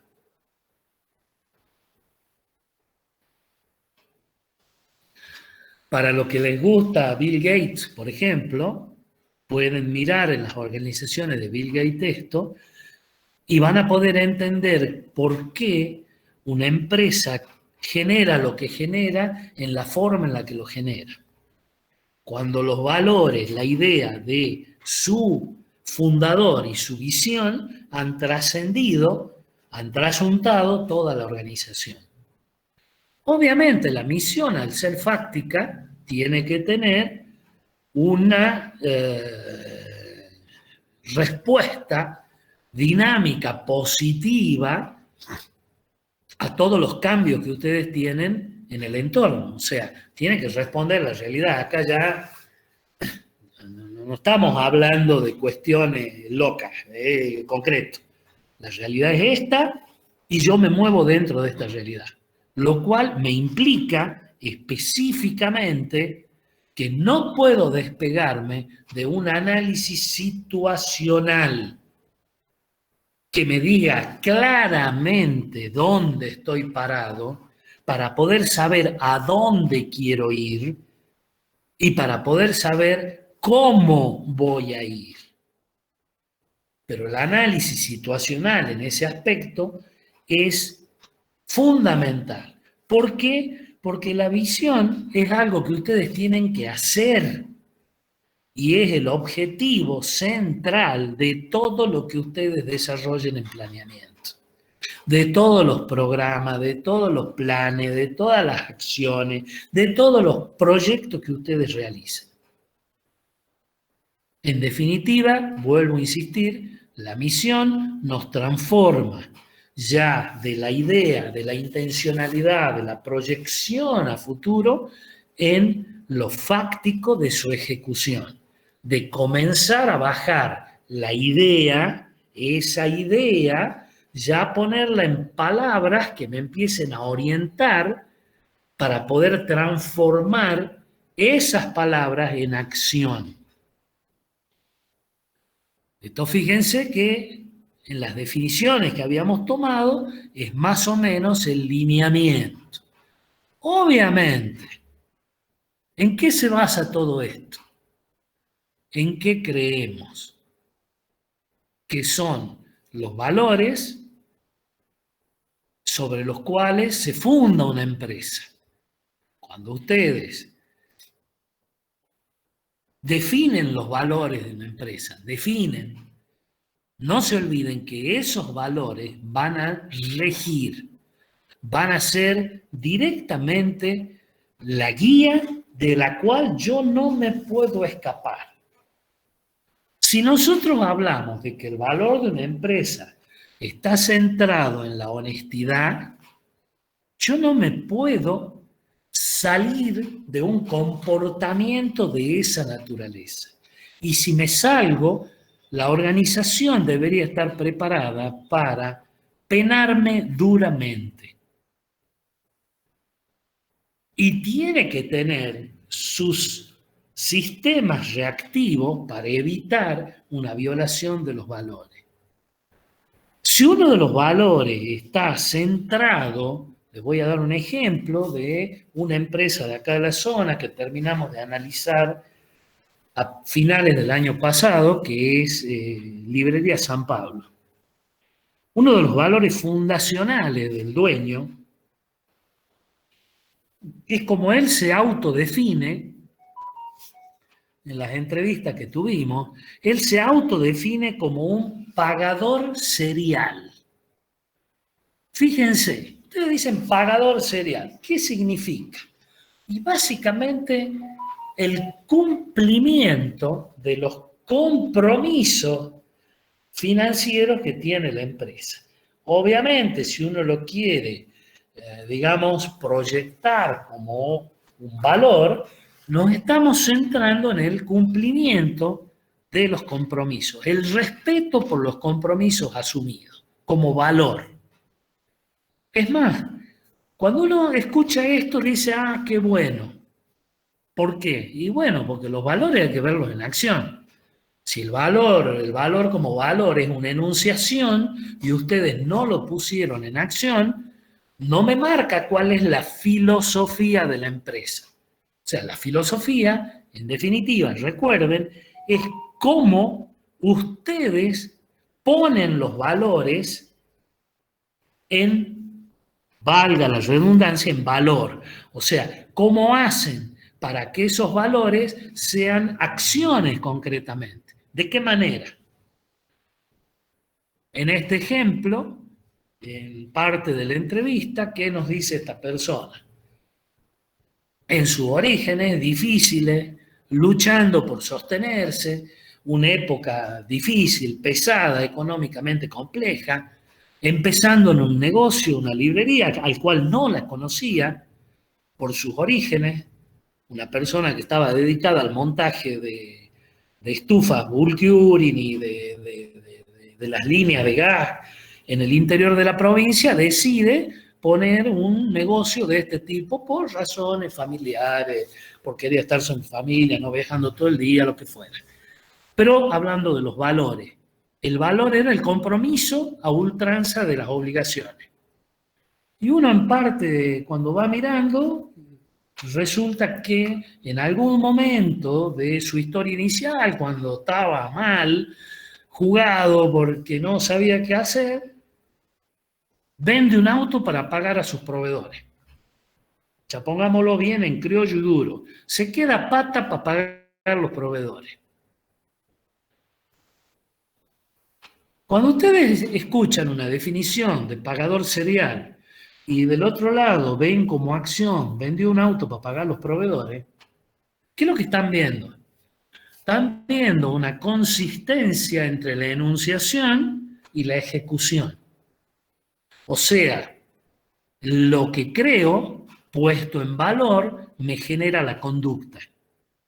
Y la repetición de esa conducta en el tiempo me da la identidad.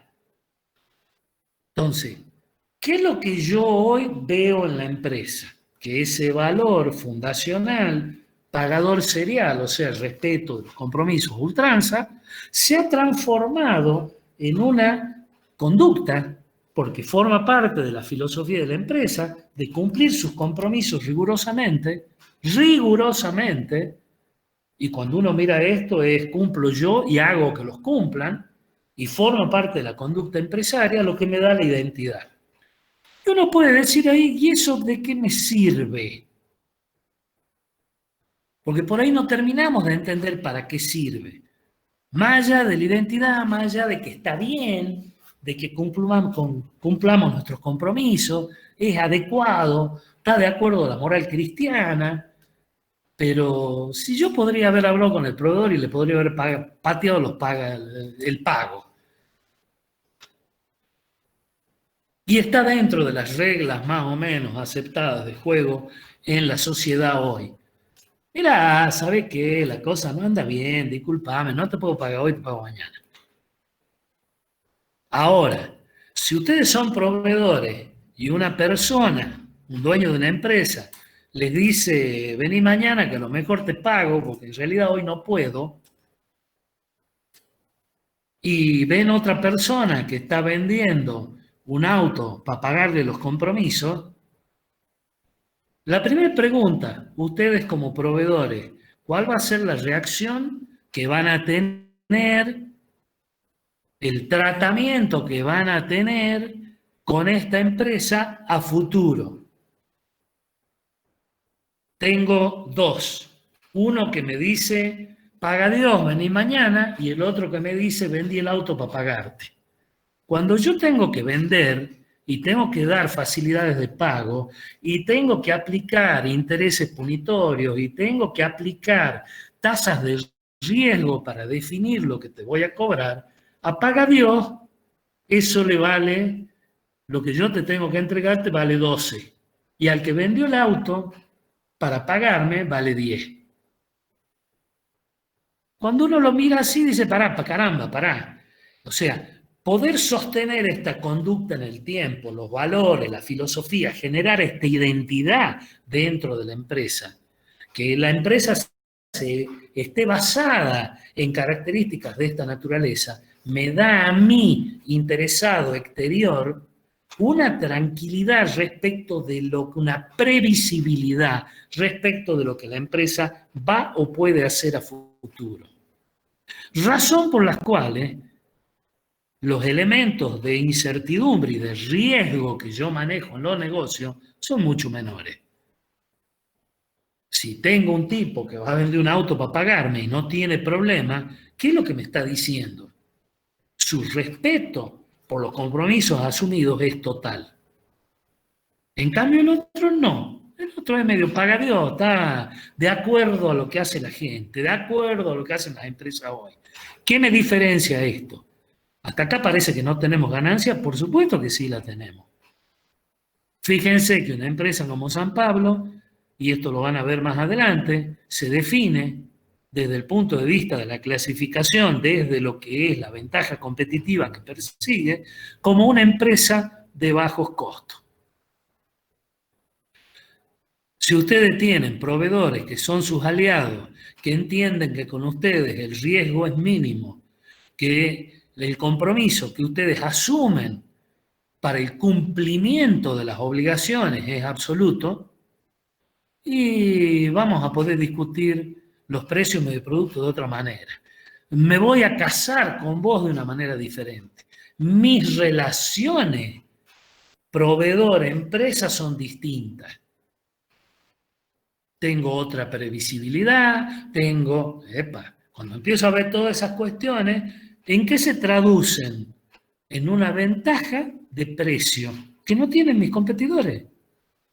A partir de lo cual, si yo soy una empresa orientada a bajo costo, fíjense que estoy teniendo una ventaja comparativa sobre mis adversarios, que la puedo traducir directamente, cosa que en su momento hizo San Pablo y lo sigue haciendo, no traducirlo en una ventaja de precio para ganar más, sino decir, bajo el precio, al tener una ventaja de costo, y al bajar el precio tengo una posición dominante en el mercado.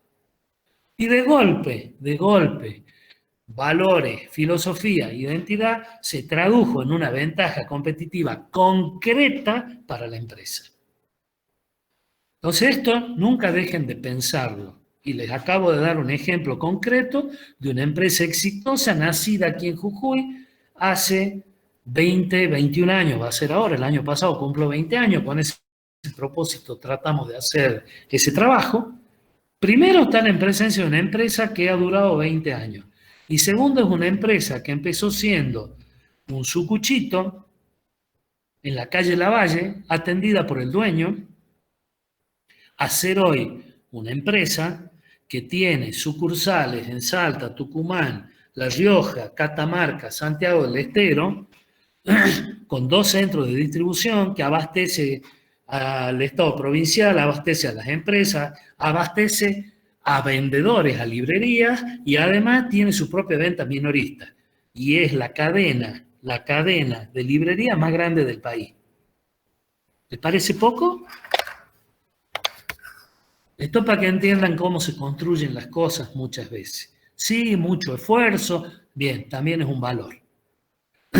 Algún día vamos a compartir un poco de este trabajo que hemos hecho sobre Librería San Pablo para que puedan ver claramente cómo los valores fundacionales transmitidos por el emprendedor hacia la empresa y luego, obviamente, incorporada a su hijo y todo lo demás, permiten una empresa que crezca en el tiempo y que sea exitosa en el tiempo, basada en valores muy bien definidos que en definitiva se han transformado en una cuestión identitaria para la empresa y han generado una conducta. Y esa identidad no solamente me permite a mí cuestiones fácticas como esto de mi trabajo con los proveedores, sino que trazada en lo que es una política de recursos humanos, permita el crecimiento de la gente dentro de la empresa sin sentirse alienada, sino siendo colaboradores efectivos, lo cual me da una estructura sinérgica en la gente que labura. Entonces, cuando ustedes empiezan a ver el tema de valores, filosofía, identidad, conducta, en qué cree, cómo se identifican, empiezan a darse cuenta de qué manera esto que estamos hablando, valores, filosofía, identidad, conducta, puede ser, sin lugar a dudas, una ventaja comparativa muy fuerte. Y si la sostienen en el tiempo, una ventaja, sin lugar a dudas, competitiva. Porque en un negocio de reventa donde el recurso humano es fundamental, en todos los aspectos, porque el cliente no tiene otro freno que no sea el del precio, el servicio es relativo, toda la organización trabaje orgánicamente, sinérgicamente y pueda funcionar de una manera, llamémosle así, superior. Tengan muy en cuenta esto porque normalmente a este factor se le da poco valor o no todo el valor que debería tener como una ventaja o un ítem fundamental que se tiene que traducir en una estrategia funcional y que es generador de ventajas competitivas. Al menos generador de ventajas comparativas importantes. Bien, obviamente cuando tenemos eso, lo primero que tenemos que decir es objetivos estratégicos. O sea, dijimos que el primer objetivo estratégico era la misión. Fantástico, es la misión. Pero el objetivo estratégico está un escalón por debajo de la misión y ya tiene la función de hacer operativa la misión. Darme directamente la dirección y la jerarquía de las metas. O sea, en los objetivos estratégicos, lo que ustedes tienen que tener en cuenta son 2 cosas. Los criterios con los cuales se tienen que formular, por un lado, y por el otro lado, que son los generadores de los patrones de decisión que ustedes tienen que tener. Ahí generan los patrones de decisión. O sea, en este juego de la misión, la visión, los valores, los objetivos estratégicos, nacen los patrones de decisión en virtud de los cuales toda la organización va a funcionar. Fíjense en algo concretito. Los criterios con los cuales ustedes tienen que tener en cuenta cuando generan un objetivo. Tienen que ser mensurables. Lo primero, no se olviden. Ya acá ustedes tienen que tener un indicador al lado de cada objetivo o un conjunto de indicadores que me permitan medir el alcance, el relativo alcance de los objetivos. O sea, debo poder medir. O sea, fíjense que acá estamos diciendo que ustedes se fijan metas. Objetivos estratégicos son metas concretas que ustedes tienen que alcanzar. O sea, lo pueden medir. Además, tienen que ser específicos. O sea, tienen que estar relacionados a lo que ustedes están tratando de alcanzar. Imagínense que ustedes en su carrera me dicen, bien, mi objetivo estratégico, concreto, por cómo son las correlativas, por cómo encaja dentro de la materia, porque está dentro del trayecto profesional, yo tengo que aprobar planificación y control de la producción a marzo del año que viene, o tengo que promocionarla en diciembre de este año. Fantástico. Ya tenemos el primero mensurable. La tengo que aprobar este año, en específico. O sea, esta materia. ¿Por qué? Por lo que sucede. Apropiado. ¿Por qué apropiado? Porque dentro del sistema de correlativas es lo mejor que yo puedo hacer para que me habilite el cursado y después a posteriori no me frene en el desarrollo de mi carrera. Tiene que ser realista. ¿Lo puedo hacer? Y por supuesto que sí.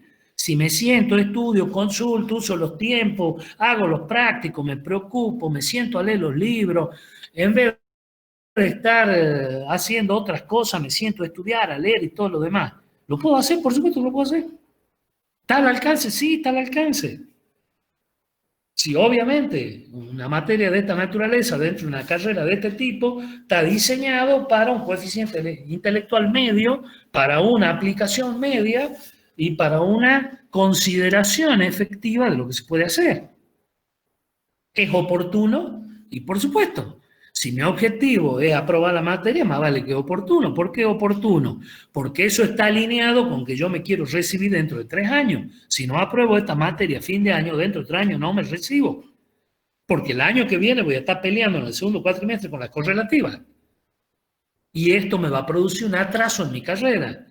Entonces, ¿oportuno? Por supuesto que es oportuno. Las condiciones están dadas. O sea, en esto tienen que empezar a pensar concreto cuando hablan de los criterios.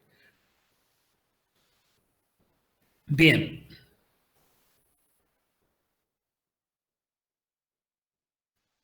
Modelo de negocio. Y acá hay todo un tema. Y esto lo vamos a aplicar a las empresas, ya no tanto a ustedes en su recibida, en su supuesta recibida. Un modelo de negocio, y esta es una definición fundamental, y recuerdan algo, porque lo primero que ustedes hacen cuando analizan una empresa, lo primero que se hace habitualmente es observar detenidamente el modelo de negocio y los elementos claves que tiene ese modelo de negocio. Porque eso me ayuda a interpretar, me ayuda a entender. Y a partir de ahí, en esto que es central, que es el modelo de negocio, ustedes deberían tener la posibilidad de mirar hacia arriba y hacia abajo. Hacia arriba en el sentido de si la misión, la visión, los valores, los objetivos estratégicos realmente responden a las necesidades que me plantea el desarrollo de los elementos del modelo de negocio.